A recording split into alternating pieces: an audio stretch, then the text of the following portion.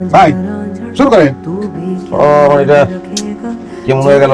রাস্তা থেকে লই এলেন মানে পাই আইসা আমরা যাই কি কয় এসব? যাবো আমি এখন। কিন্তু কথা কি দিতে গেছেন নতুন জায়গায় আইছে তারপর চাপা বিষ করে না আগে কখনো হ্যাঁ দূর মুখটাই নষ্ট হয়ে গেছে। এই যে ভাই ভাই চুপ করে বল। ভাবি আপনার আসলে সুপার ডক্টর আচ্ছা এই বিসমিল্লাহ করেন। নেই না, নিজের মনে করে নি। হ্যাঁ নে বেশি ভাত আবার রাতে খাওয়া উচিত না, বুঝছেন? কম কম খাওয়াই ভালো। নতুন একটা জায়গায় এসে রইয়া শুয়ে নিতে হবে। না তুমি তোমার মানা করছে কেউ নিতে? লেডি আপনি গো মেমো করতাস। তো খাওয়ান দেখতে অবাক হয়ে গেছে।